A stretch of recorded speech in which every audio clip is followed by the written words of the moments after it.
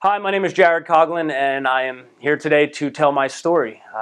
I grew up in a wonderful Christian household. I have three younger brothers and a mother who was just an amazing role model for me growing up. In and around, I'd say, what I would call the formidable years when I was around 11 years old, was probably the moment in my life where things really changed, and that's when my father had left the family. And at that point, for the first time, I really felt lost. Okay, at that point, I was a young man, and that to me is the time when you really need that father figure. So at that point, I really I went off the rails. And that type of behavior just continued to, spiral out of control into high school. And it was hard for me because I was the oldest of three younger brothers who, seemed to do everything right. They just seemed to have everything, from a young age, they had it figured out per se. And even though we were, regular church attenders, we went to, Christian school growing up, and it just constantly seemed that I was not like everyone else from that perspective. I was kind of the outsider. Always kind of felt that I was sitting in church and, I kind of felt embarrassed. I felt, ashamed because of the life that I was living outside of church and high school and college. And then all of a sudden, there I am Sunday morning sitting there, and it was just like, I wanted to bury my head in my hands. I can't believe I'm sitting with all these folks who don't do anything wrong, and here I am. And that was hard for me because that was something that, even to an extent to this day, I wrestle with a lot, because those high school years when I was lost and stuff, I surrounded myself with folks that, some of these guys are still my best friends to this day, but, they're lost. They're lost in life, and, they don't have Christ in their life. And that was something that was hard for me to break away from. I kind of felt that was my identity. I kind of brainwashed myself to say that that's who I was. In my heart, I knew I wasn't. And I knew that, I would always talk to the Lord and I would always pray, can you help me out here?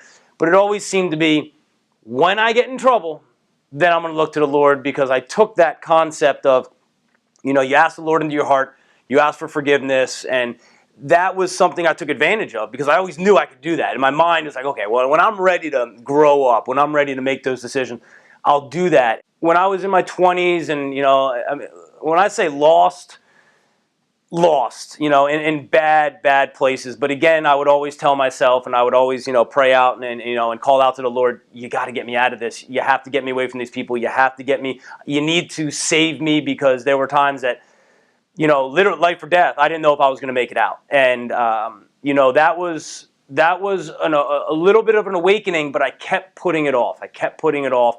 And, when my eyes opened, I met my wife and we started our family together. And that was kind of the time where it was one of those, you got to grow up. You got to separate yourself from the lifestyle that you're living. You can't be a husband and a father living this type of lifestyle. And it was difficult because a year or so after we were married, we had our first child. We had a beautiful little boy. And, as wonderful as that moment was, the world around us was crumbling to an extent. We both lost our jobs.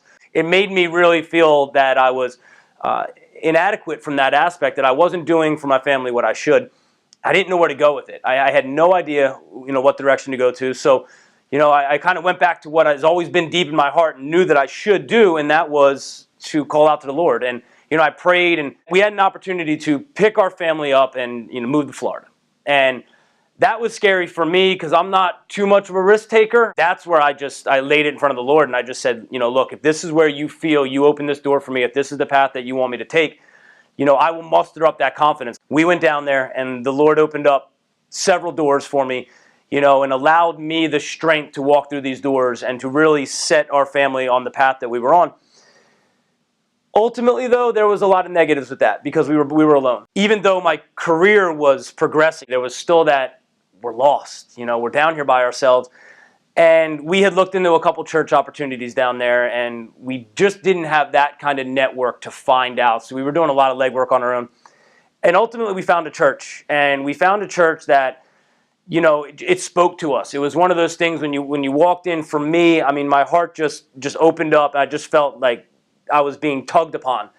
I almost finally felt, this is why everyone loves church. This is what I've been missing for all those years where I just sat there as a teenager. Finally, we found ourselves at this church, and it was just a wonderful experience. And at that point, I know my wife and I, we I can speak for myself, and I think she would as well. We asked the Lord into our hearts and just said, look, you know what? We know, and we've known for the longest time what we should do and where we should be.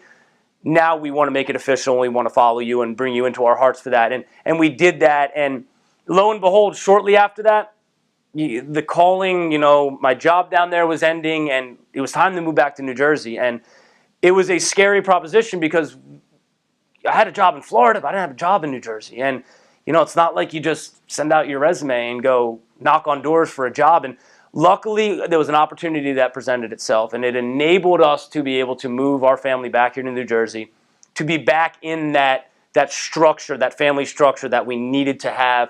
And again, did a little bit of a church search up here in New Jersey. We tried the church here, and from day one there was just something about it. There was just a welcoming sense to it. It didn't seem like we were an outsider that was visiting a church. It kind of seemed almost, to an extent, you're finally home. You kind of found that comfort, and everyone has just been so wonderful. And I look at the accumulation of the last 5-10 years of my life where it's brought me. This is time for me as a mature adult to now say, I'm dedicating my life. I want to present my life to Jesus Christ and just say, you know what? I'm done asking for you when I need you. I want you all the time. I want that every decision I make. I want every moment of my life to be, a beacon of light to you. I want that to be the glory to go to you. And I prayed that to the Lord. And when the opportunity came up to, share the story and have our baptism and share that with my family and friends in the church body, it was something that was just a no-brainer. This is something that has been, a long time coming.